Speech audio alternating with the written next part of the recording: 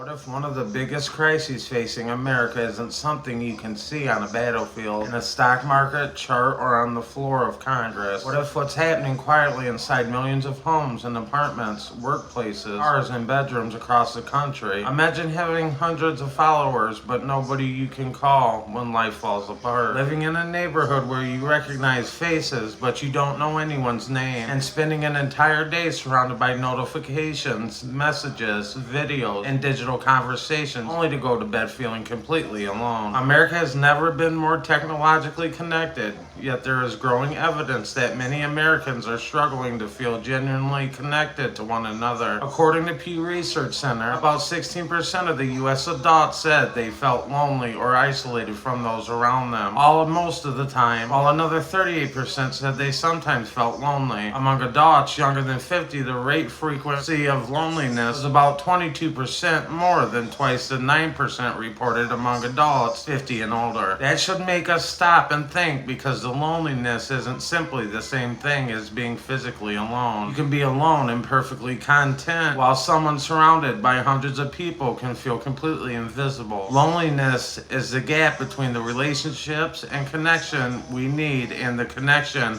we believe we actually have. Now, for generations, the community was built into ordinary American people encountered one another at work, school, churches, and local businesses, organizations, sports events, neighborhood gatherings, and family functions. And those repeated interactions created familiarity, trust, obligation, and belonging. You didn't necessarily have to schedule friendship, because everyday life naturally placed you around other people. Today, many of those natural opportunities for interaction have weakened, and we work remotely. We shop online and order food through apps, stream entertainment alone, and communicate through text messaging, and maintaining relationships through social platforms. We can now complete enormous portions of our lives without physically encountering another human being. And none of these technologies are inherently bad. Technology allows the families separated by thousands of miles to communicate instantly, help isolated people discover communities, and give ordinary individuals opportunities to find friendship and support they may never have found locally. The problem begins when digital connection starts replacing the physical communities instead of supplementing it. There is a difference between receiving a message and having someone show up at your door. There is a difference between getting a like and having a friend sit beside you when you're going through something difficult. There is a difference between following thousands of people and actually belonging to a community. Humans don't simply need the information from other people. We need relationships, recognition, and trust, shared experiences, and people who know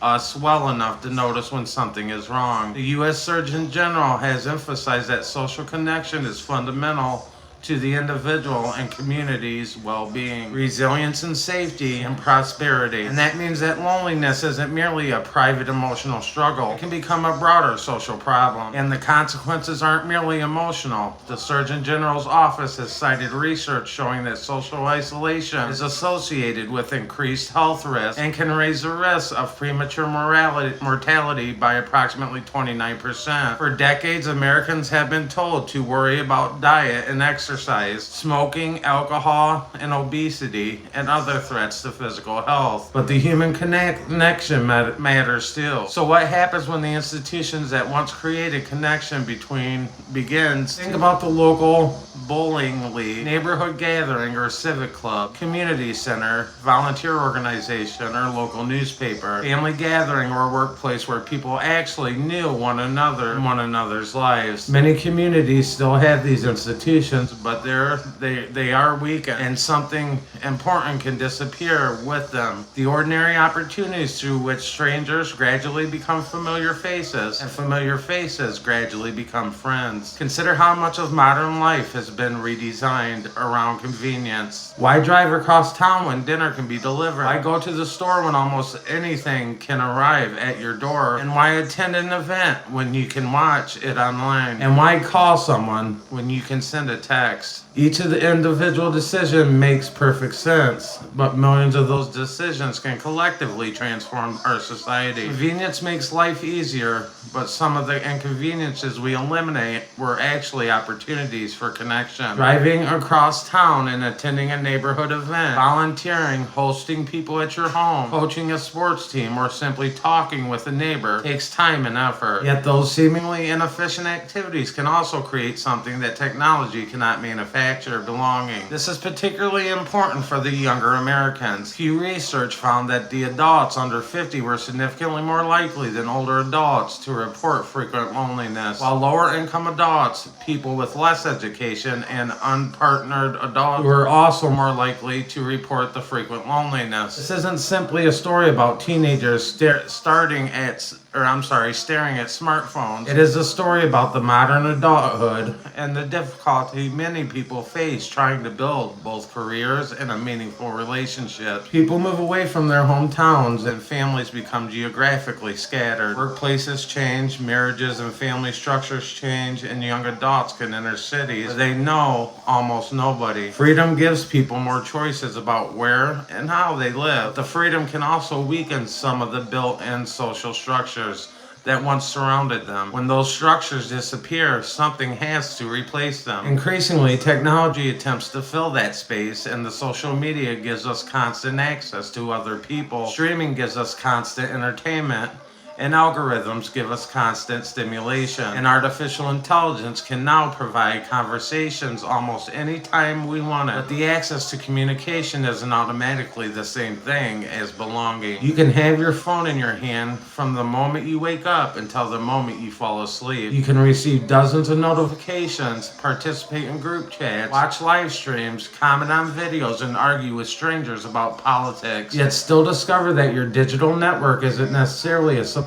network. When something genuinely serious happens in your life, the difference between having followers and having people who will actually show up becomes painfully clear. There is another group we need to talk about as well: men. Pew found that men and women were about equal likely to report having at least one close friend, but the men with close friends reported communicating with those friends less frequently than women. American culture has often taught men that the independence means handling everything alone, but independence is not the same thing as isolation. Strength doesn't mean never needing another person. Sometimes strength means admitting that you do need somebody. A society that teaches people to hide vulnerability and unintentionally create people who have friends around them but nowhere to put their deepest struggles. And community does something politics often cannot. It humanizes people. You may strongly disagree with someone across the street or across the political aisle, but when you have helped one another, talked about your families, volunteered together, or watched each other's children grow up, disagreement becomes harder to transform into hatred. Community creates the opportunities to discover that people who disagree with us are still human beings. And that matters in an increasingly polarized America. If your only exposure to another political group comes through an algorithm showing you its most extreme examples, you can begin believing those extremes represent everyone. But when you actually know people who disagree with you, political differences become more complicated because real human relationships don't fit neatly into ideological categories. We should therefore be careful about blaming one generation, one technology, one political party, or one institution. This is a much larger transformation involving technology, work, family structures, housing and entertainment, transportation, economics, and the way Americans communicate. We didn't wake up one morning and decide to destroy the community. We gradually redesigned everyday life around convenience and efficiency and individual choice. And somewhere along the way, we may have discovered that some of the things that inconvenience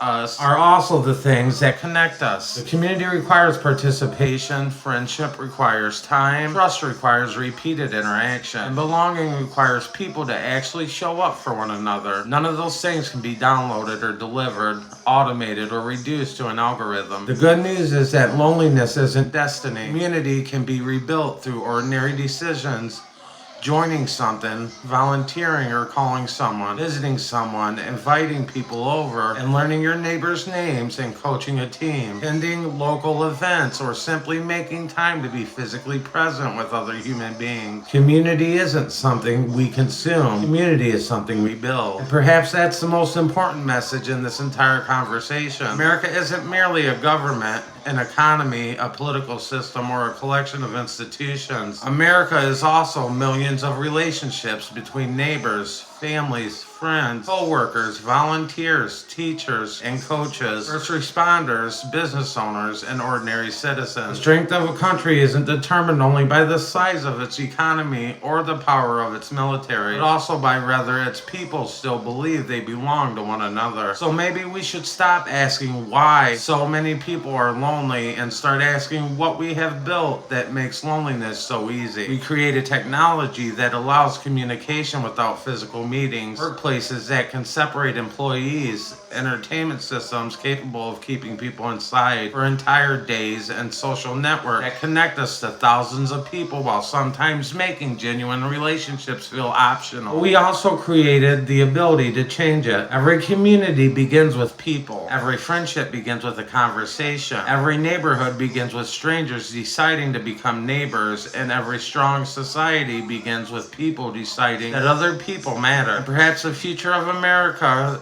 an American community, isn't waiting for some massive cultural revolution. It is waiting for ordinary people to make one small decision to stop not simply living next to one another, and start living with one another. The challenge facing America may therefore not be how to become more connected, because we're already connected. The challenge is learning how to become meaningful, connected, and meaningful connected again. Because if the next generation grows up believing that digital visibility is the same thing as belonging, you may discover that the greatest crisis isn't that people have nobody to talk to, that millions of people are surrounded by communication while starving for connection. So tonight I want to leave you with a question. When was the last time you sat down with somebody without a screen between you? When was the last time you called a friend simply because you wanted to hear their voice? Introduced yourself to a neighbor, joined something in your community, volunteered, or simply showed up for another person? Because rebuilding the community